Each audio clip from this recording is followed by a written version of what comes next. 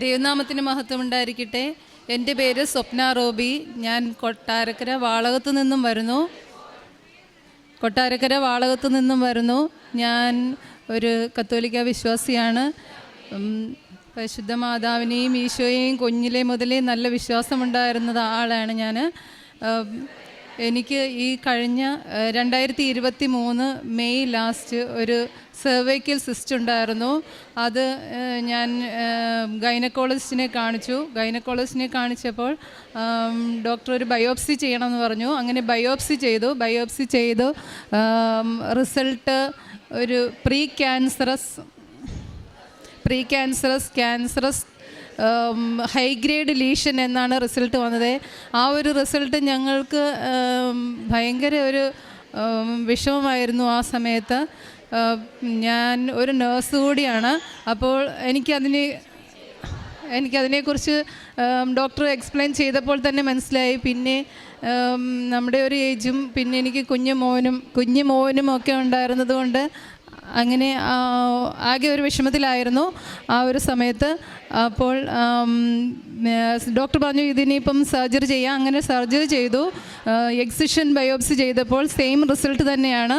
അപ്പോൾ ഡോക്ടർ പറഞ്ഞത് കുറച്ച് നാൾ നമുക്ക് മെഡിസിൻ അപ്ലൈ ചെയ്ത് നോക്കാം, നോക്കിയിട്ടും എന്താണെന്ന് നമുക്കറിയില്ല, എന്താണ് റിസൾട്ട് ഇത് ചെയ്ത് നോക്കാം എന്ന് മാത്രമേ പറഞ്ഞുള്ളൂ. ആ ഒരു സമയത്ത് ഈ എക്സിഷൻ ബയോപ്സി കഴിഞ്ഞതിന് ശേഷം ഭയങ്കരമായിട്ട് എനിക്ക് ഡിസ്ചാർജും ബ്ലീഡിങ്ങും ഒക്കെ ആയി. അതങ്ങ് ഹെവി ബ്ലീഡിങ് ആയിട്ട് മാറി. ഒരു 1.5 മന്തോളം അത് ബ്ലീഡിങ് ആയിരുന്നു. അപ്പോൾ ആ ഒരു സമയത്ത് ഞാൻ എൻ്റെ ഇടവ പള്ളിയിൽ കുർബാന കഴിഞ്ഞിരിക്കുമ്പോൾ എൻ്റെ ഒരു ഫ്രണ്ട് പറഞ്ഞു, ഇതുപോലെ കൃപാസനത്തിലെ അച്ഛൻ VP ജോസഫ് അച്ഛൻ്റെ രോഗശാന്തി ശുശ്രൂഷയും ഞാൻ ഒരു ലിങ്ക് ഷെയർ ചെയ്ത് തരാം, നീ ജസ്റ്റ് അതൊന്ന് കാണ് എന്ന് പറഞ്ഞു. അങ്ങനെ ഞാൻ വീട്ടിൽ വന്നതിന് ശേഷം ആ ഫ്രണ്ടിനെ വിളിക്കുകയും ആ ലിങ്ക് ഷെയർ ചെയ്തെടുത്ത് വാട്സപ്പിലൂടെ കാണുകയും ചെയ്തു. അതിനുശേഷം ഞാൻ കുറേ അച്ഛൻ്റെ ടോക്സും വീഡിയോസും ഒക്കെ കണ്ടു, സാക്ഷ്യങ്ങളൊക്കെ കാണാൻ തുടങ്ങി. പിന്നെ അത് സബ്സ്ക്രൈബ് ചെയ്തപ്പോൾ എല്ലാ സാക്ഷ്യങ്ങളും എനിക്ക് കിട്ടാൻ തുടങ്ങി. ഞാൻ അപ്പോൾ അത് കഴിഞ്ഞ് എല്ലാ ആഴ്ചയിലും 2 പ്രാവശ്യം വെച്ച് ഡോക്ടർ ചെന്ന് കാണണം എന്നാണ് പറഞ്ഞിരുന്നത്. അങ്ങനെ കണ്ടുകൊണ്ടിരിക്കുന്ന സമയത്ത് ഡോക്ടർ പറഞ്ഞു, ഇത് ഇത്രയും ബ്ലീഡിങ് ആയതുകൊണ്ട് തന്നെ ഇതൊട്ടും കുറയുന്നില്ല, അപ്പോൾ നമുക്കത് ഒരു റേഡിയേഷൻ തെറാപ്പി, അതായത് ഡോക്ടർ പറഞ്ഞത് ബ്രേക്കി തെറാപ്പി എന്നാണ്, അത് ചെയ്യണം, ഒരു 2 ആഴ്ച കൂടി വെയിറ്റ് ചെയ്യും, നമുക്കതിന് ശേഷം തീരുമാനിക്കാമെന്ന് പറഞ്ഞു. അങ്ങനെ ബ്രേക്കി തെറാപ്പി ചെയ്യാനായിട്ട് 2 ആഴ്ച കഴിഞ്ഞ് ചെല്ലുമ്പോഴും ഇതേ ബ്ലീഡിങ് തന്നെ കണ്ടിന്യൂ ചെയ്യുമായിരുന്നു. അപ്പോൾ ഡോക്ടർ പറഞ്ഞത് ഒരാഴ്ച മെഡിസിൻ കഴിച്ച് നോക്കുക, സ്റ്റോപ്പായെങ്കിലേ ബ്രേക്കി തെറാപ്പി ചെയ്യാൻ പറ്റത്തുള്ളൂ എന്ന് പറഞ്ഞു. അങ്ങനെ മെഡിസിൻ കഴിച്ചപ്പോൾ ബ്ലീഡിങ് സ്റ്റോപ്പ് ആയിട്ടില്ല. പിന്നെയും ഒരാഴ്ചയും കൂടെ കഴിച്ചു, എന്നിട്ടും ബ്ലീഡിങ് സ്റ്റോപ്പായില്ല. അപ്പോൾ ഏകദേശം ഒരു ഓഗസ്റ്റ് 15 ആയ സമയത്ത് ഞാനിങ്ങനെ കൃപാസനത്തിലെ എല്ലാ വീഡിയോസും സാക്ഷ്യങ്ങളും ഒക്കെ കണ്ട് എനിക്കും ഒരു ഉടമ്പടി എടുക്കണമെന്നൊരു തോന്നലിലായി. ഞാൻ ഓൺലൈൻ ഉടമ്പടിക്ക് വേണ്ടി രജിസ്റ്റർ ചെയ്യാൻ നോക്കിയപ്പോൾ എനിക്ക് കിട്ടുന്നുണ്ടായിരുന്നില്ല. അപ്പോൾ ഞാനത് വന്ന് ഉടമ്പടി എടുക്കാമെന്ന് തീരുമാനിച്ചു. അതിനുശേഷം വീണ്ടും ഡോക്ടറെ കാണാൻ പോയി. അപ്പോൾ ഡോക്ടർ പറഞ്ഞു, ഒരു കാര്യം ചെയ്യും, ഒന്നുകൂടി വെയിറ്റ് ചെയ്യ്, നമുക്ക് 2 ആഴ്ച കഴിഞ്ഞിട്ട് നോക്കാമെന്ന് പറഞ്ഞു. ആ സമയത്തിനുള്ളിൽ ആ ഒരു ഇടവേളയിൽ ഞാനിവിടെ വന്ന് സെപ്റ്റംബർ 4 ആദ്യമായി ഉടമ്പടി എടുത്തതിന് ശേഷം ആദ്യത്തെ 2 ദിവസം ബ്ലീഡിങ് ഒന്ന് കുറയുന്നതായിട്ട് കണ്ടു.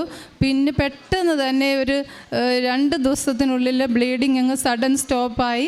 അപ്പോൾ പിന്നെയുള്ള വിസിറ്റിൽ ഡോക്ടറെ കാണാൻ ചെന്നപ്പോൾ ഡോക്ടർ പറഞ്ഞു, എന്തോ ഒന്ന് സംഭവിച്ചിട്ടുണ്ട്, നമ്മൾ അതിൽ ഗ്രോത്ത് കൂടി വന്നുകൊണ്ടിരുന്നതാണ്, ഇപ്പോൾ അതിനൊരു കുറവായതിനൊരു ബാൻ ചെയ്ത് പോകുന്നതായിട്ടാണ് കാണുന്നത്, അതിൻ്റെ കളർ ചേഞ്ച് വന്നിട്ടുണ്ട്, ചുരുങ്ങി പോകുന്നതായിട്ടും കാണുന്നുണ്ട്, നമുക്കിപ്പം ഈ ബ്രേക്കി തെറാപ്പി ഇപ്പോൾ RCCയിൽ പോയി ചെയ്യേണ്ട ആവശ്യമില്ല, വെയിറ്റ് ചെയ്യാൻ പറഞ്ഞു. അങ്ങനെ ഉടമ്പടി ജീവിതത്തിലൂടെ ഞാൻ പോകുമ്പോൾ എൻ്റെ കാരുണ്യ പ്രവർത്തനങ്ങളും പ്രേക്ഷിത പ്രവർത്തനങ്ങളും ഒക്കെ നന്നായി ചെയ്തു. അതുപോലെ തന്നെ ഞാനൊരു ഇരുട്ടിൽ നിന്നും വെളിച്ചത്തിലേക്ക് വന്നതുപോലെ പെട്ടെന്ന് എനിക്ക് തന്നെ എൻ്റെ ആത്മീയ ജീവിതത്തിലും വളരെയധികം വ്യത്യാസം ഉണ്ടായി. സ്വഭാവത്തിലും ഒക്കെ എപ്പോഴും ബഹളം വെച്ച് നടന്നിരുന്ന ഞാൻ ആത്മീയമായി നല്ല വ്യത്യാസമുണ്ടായി. ഞാൻ അപ്പോൾ ബൈബിൾ റീഡിംഗ് ഒന്നും പ്രോപ്പറായിട്ടുണ്ടായിരുന്നില്ല. ഈ ഓൺലൈൻ ഉടമ്പടി എടുക്കാൻ തീരുമാനിച്ച സമയം മുതലേ തന്നെ ഞാൻ ബൈബിൾ റീഡിങ്ങും ഒക്കെ തുടങ്ങിയിരുന്നു. പിന്നെ ഞാൻ അതിലുള്ള ഡിസ്ക്രിപ്ഷൻസ് എല്ലാം നല്ലതുപോലെ വായിച്ച് മനസ്സിലാക്കി രാവിലത്തെ പ്രത്യക്ഷീകരണ പ്രാർത്ഥനയൊക്കെ എഴുതിയെടുത്തു, സായാഹ്ന പ്രാർത്ഥന എഴുതിയെടുത്തു. രാവിലെയും വൈകുന്നേരവും പ്രാർത്ഥിക്കാൻ തുടങ്ങി. ജപമാലയൊക്കെ എല്ലാ ദിവസവും പ്രോപ്പറായിട്ട് ചെല്ലാൻ തുടങ്ങി. അപ്പോഴത്തേക്കും പിന്നെ ഓരോ ദിവസവും ചെല്ലുമ്പോഴും ഡോക്ടർ പറയുന്നുണ്ടായിരുന്നു നല്ലപോലെ വ്യത്യാസമുണ്ടെന്ന്. നേർച്ച വസ്തുക്കൾ ഉപയോഗിക്കുന്നുണ്ടായിരുന്നു ഞാൻ. നേർച്ച ഉടമ്പടി വസ്തുവായ തൈലം വയറിൽ പുരട്ടി വിശ്വാസ പ്രമാണം ചൊല്ലി കുരിശ് വരച്ച് പ്രാർത്ഥിക്കുന്നുണ്ടായിരുന്നു. അത് എല്ലാ ദിവസവും ഉടമ്പടി എടുത്തതിന് ശേഷം ഇത് ചെയ്യുന്നുണ്ടായിരുന്നു. ഉടമ്പടി വസ്തുക്കളായ തേനും ഉപ്പും ഉപയോഗിക്കുന്നുണ്ടായിരുന്നു. വീട്ടിൽ ഫാമിലിയിൽ മോനും മമ്മിക്കും എല്ലാവർക്കും തന്നെ ചെയ്തു കൊടുക്കുന്നുണ്ടായിരുന്നു. പിന്നെ ഒരു ജനുവരി 15 ആയപ്പോഴത്തേക്കും ഡിസംബർ 22 ഞാൻ വീണ്ടും ഉടമ്പടി പുതുക്കി. അപ്പോൾ ഡോക്ടർ പറഞ്ഞു, ജനുവരി 15 ആയപ്പോഴത്തേക്കും പറഞ്ഞു ഇത് നല്ല പോലെ മാറിയിട്ടുണ്ട്, വിസിബിളായിട്ട് ഒന്നും തന്നെ ഇനി ഇവിടെ കാണാനില്ല, ഇനി മന്ത്ലി ചെക്കപ്പ് മാത്രം മതിയെന്ന് പറഞ്ഞു. അങ്ങനെ ഫെബ്രുവരി 15 വീണ്ടും ചെക്കപ്പ് ചെയ്തു. ബയോപ്സിയും ചെയ്ത് നോക്കി. ബയോപ്സി ചെയ്തപ്പോൾ ഒരു നെഗറ്റീവ് റിസൾട്ട് എന്നാണ് കാണാൻ കഴിഞ്ഞത്. അപ്പോൾ ഡോക്ടർ പറഞ്ഞു ഇപ്പോൾ വിസിബിളായിട്ടോ പാൽപ്പബിളായിട്ടോ ഒന്നും തന്നെ ഇതിൽ കാണാനില്ല എന്ന് പറഞ്ഞു. പിന്നെ ഈശോയ്ക്കും അമ്മ മാതാവിനും ഒരുപാട് നന്ദി. ഇനി എൻ്റെ ജീവിതത്തിലുടനീളം മുൻപോട്ട് അമ്മ മാതാവിൻ്റെ ഈശോയുടെയും കൈപിടിച്ച് ഉടമ്പടി ജീവിതത്തിൽ തന്നെ വിശ്വസ്തയോടെ പോകണമെന്നാണ് എൻ്റെ ഒരു ആഗ്രഹം. പിന്നെ ഇനിയും കുറേ സാക്ഷ്യങ്ങളുണ്ട്. രണ്ടാമതായിട്ടുള്ള സാക്ഷ്യം എൻ്റെ ഹസ്ബൻഡ് ജ്യേഷ്ഠന് ഒരു 59-60 ഒക്കെ ഏജ് ഉള്ള ആളാണ്. അദ്ദേഹത്തിന് കിഡ്നി സ്റ്റോൺ ഉണ്ടായിരുന്നു. അപ്പോൾ അത് 2-3 സർജറി കഴിഞ്ഞിട്ടിരിക്കുന്ന സമയമായിരുന്നു. സ്റ്റെൻറ്റ് ഇടുകയും ഒക്കെ ചെയ്തിട്ടുണ്ടായിരുന്നു. ആ സമയത്ത് ജോലിക്ക് തിരിച്ച് കയറി. പെട്ടെന്ന് കയറിയപ്പോൾ ചെസ്റ്റ് പെയിൻ വന്നു. അങ്ങനെ ഹോസ്പിറ്റലിൽ കാണിച്ചപ്പോൾ ആൻജിയോഗ്രാം ചെയ്തു. ആൻജിയോഗ്രാം ചെയ്തപ്പോൾ 4 ബ്ലോക്ക് ഉണ്ടെന്നാണ് അറിയാൻ കഴിഞ്ഞത്. അത് ഇപ്പം 4 ബ്ലോക്ക് ഉള്ളത് സർജറി ചെയ്യണമെന്ന് പറഞ്ഞു. ആ ഒരു സമയത്താണ് ഞാനിവിടെ ഉടമ്പടി എടുക്കാനും അത് എൻ്റെ നിയോഗത്തിലുണ്ടായിരുന്നു. ഹസ്ബൻഡ് ജ്യേഷ്ഠനൊരു പൂർണ്ണ സൗഖ്യം കൊടുക്കണം എന്നുള്ളത്. അച്ഛന് ഇത് ഏജ് കൂടുതലായതുകൊണ്ടും പിന്നെ ഇതുപോലെ മറ്റുള്ള സർജറികൾ കഴിഞ്ഞിരുന്നത് കൊണ്ടും ഒരു ഹൈ റിസ്ക് ആയിരുന്നു ആൻജിയോപ്ലാസ്റ്റി ചെയ്യാനായിട്ട്. ആൻജിയോപ്ലാസ്റ്റി ചെയ്തു. ഞാൻ എൻ്റെ ഉടമ്പടിയിൽ വെച്ചു. അച്ഛന് വേണ്ടിയിട്ട് പ്രാർത്ഥിച്ചു. അതിൻ്റെ ഫലമായിട്ട് വളരെ പെട്ടെന്ന് തന്നെ 1 മാസം കൊണ്ട് തന്നെ സർജറി കഴിഞ്ഞ് എല്ലാം ക്യൂറായി തിരികെ ജോലിയിൽ പ്രവേശിക്കാനും സാധിച്ചു. അടുത്ത ഒരു സാക്ഷ്യം എന്ന് പറയുന്നത്, എനിക്ക് ഡ്രൈവിംഗ് ലൈസൻസ് കിട്ടിയിട്ട് ഒരു 3 വർഷത്തോളമായിരുന്നു. എനിക്കൊരു കോൺഫിഡൻസും ഇല്ലായിരുന്നു അത് ഡ്രൈവിംഗ് ചെയ്യാനായിട്ട്.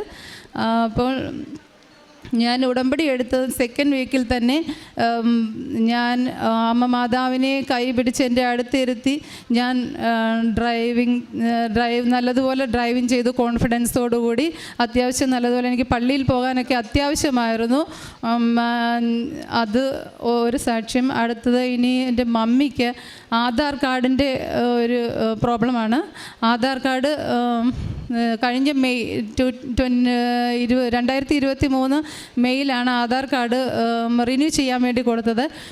അപ്പോൾ അത് ഡേറ്റ് ഓഫ് ബർത്തിൻ്റെ ഒരു പ്രോബ്ലം ഉണ്ടായിട്ട് 2 പ്രാവശ്യം റിജക്റ്റ് ആയിട്ട് വന്നു. ഇനി അത് ഒരു വർഷത്തോളമെങ്കിലും 6 months to 1 year എന്നാണ് അവർ പറഞ്ഞത്. വിളിക്കുമ്പോൾ എല്ലാം അതിൻ്റെ സ്റ്റാറ്റസ് കാണിക്കുന്നത് വെരിഫിക്കേഷന് വിട്ടിരിക്കുന്നു എന്നായിരുന്നു.